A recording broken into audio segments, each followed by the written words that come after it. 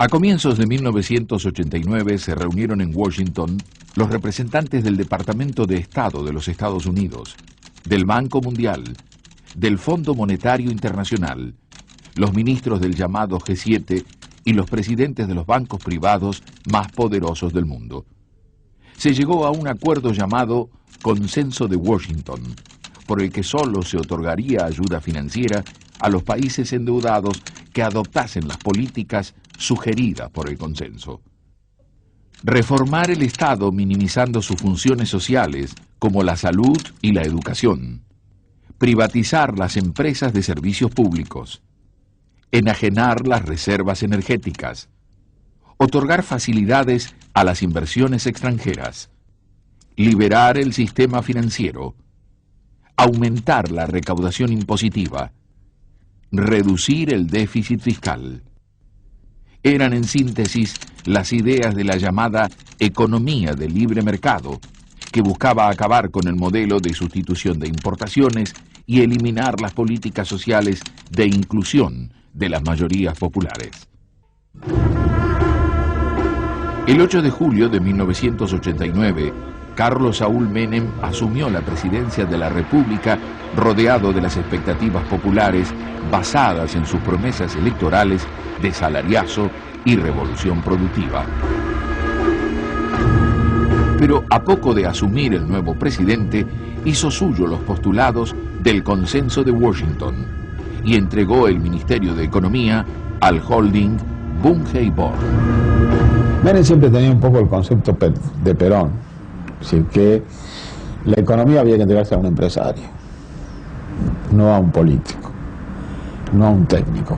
Después cambió. Ese fue un poco el concepto del plan BB, digamos, el plan de Bunge Born. Creo que lo que pasó con Menem, las sucesivas transformaciones o modificaciones de sus programas originales, son las propias que tiene todo gobernante cuando accede al poder. ¿Qué debe hacer un político cuando llega a algún cargo y se da cuenta que lo que él sostuvo está equivocado? ¿Qué debe hacer? ¿Insistir en sus errores por fidelidad a su plataforma o modificarlos por fidelidad a los intereses que él en este momento ve que tiene, que son los de su país?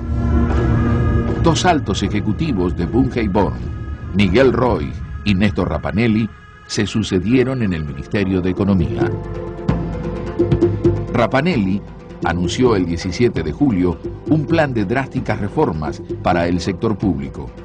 Un acuerdo con 300 empresas líderes para congelar los precios por 90 días y la convocatoria a negociaciones paritarias entre empresarios y sindicatos.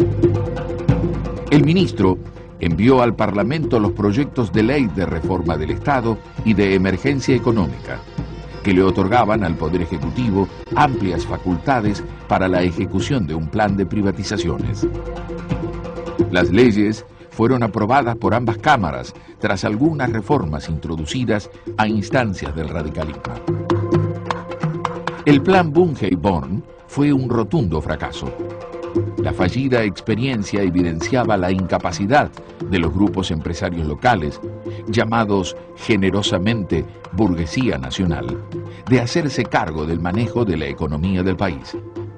Los funcionarios de Born parecían más preocupados en hacer lobby y recoger información calificada sobre futuros negocios a costa del Estado que en desgastar sus nombres y prestigios profesionales en el ejercicio de las tareas de gobierno.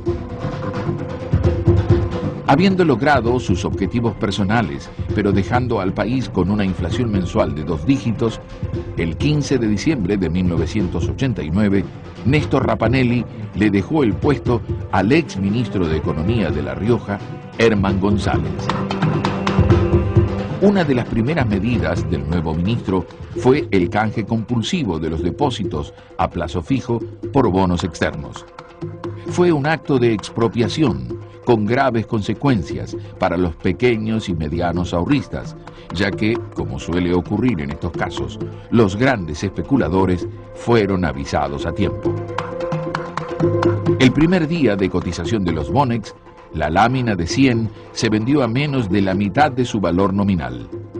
A través de esta medida, el Estado obtuvo fondos equivalentes a 4.600 millones de dólares.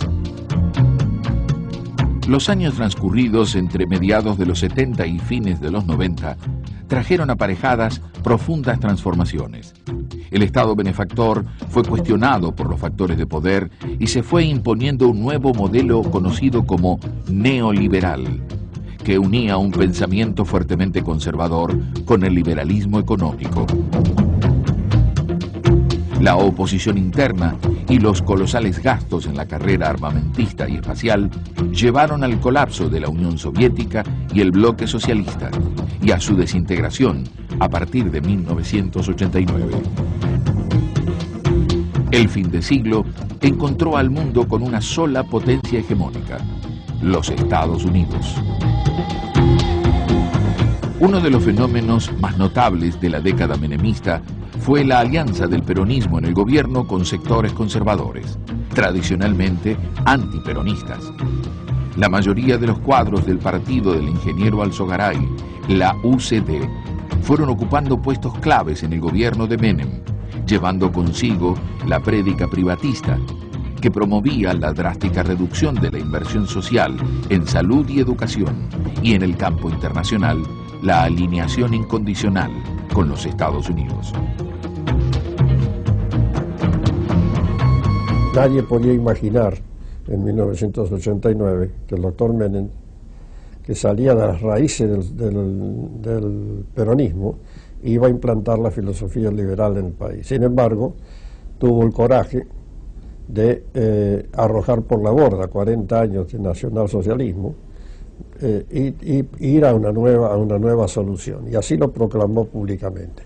Por esa razón, nosotros decidimos al principio apoyar al doctor Menem, puesto que si él estaba realizando lo que habíamos predicado durante más de 30 años, no era posible que estuviéramos en contra. Nos hubiera gustado más poderlo hacer nosotros, pero no siendo esas las circunstancias que se produjeron en el país, debíamos apoyar a quien estuviera dispuesto a realizarlo.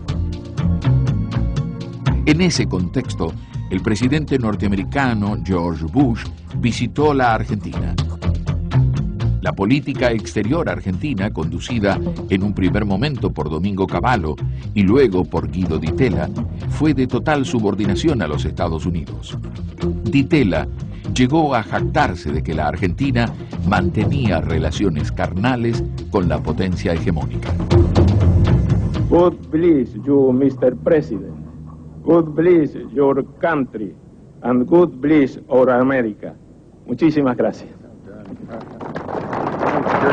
Ya bajo Menem hubo un aniquilamiento del Estado argentino. No podemos estar hablando en estos momentos del Estado argentino tal como hablábamos 20 años atrás, ni como hablábamos a comienzos de siglo. Es decir, en un siglo el Estado argentino ha sido desmantelado arrasadoramente y la gestión Menem lo barrió. En consecuencia, y eso se debió a que la globalización capitalista estadounidense lo respaldaba. Relaciones carnales. Bueno, ¿cuáles son las relaciones carnales? Desmantelar el Estado argentino. Menem lo hizo. El Estado-nación argentino prácticamente está dejando de existir. La inflación no se detuvo y llegó en febrero de 1990 al 60% mensual. El menemismo puso en marcha la venta de todas las empresas y servicios que se encontraban en manos del Estado. Sus impulsores más entusiastas fueron José Roberto Dromi y María Julia Alzogaray. La política económica que aplicó el menemismo fue posible por la colaboración de la mayoría que todavía el radicalismo tenía en las cámaras, que le votó a Menem todas las leyes que permitieron el desguace del Estado y su remate a precio vil cuando se trataba de un patrimonio social acumulado por varias generaciones de argentinos.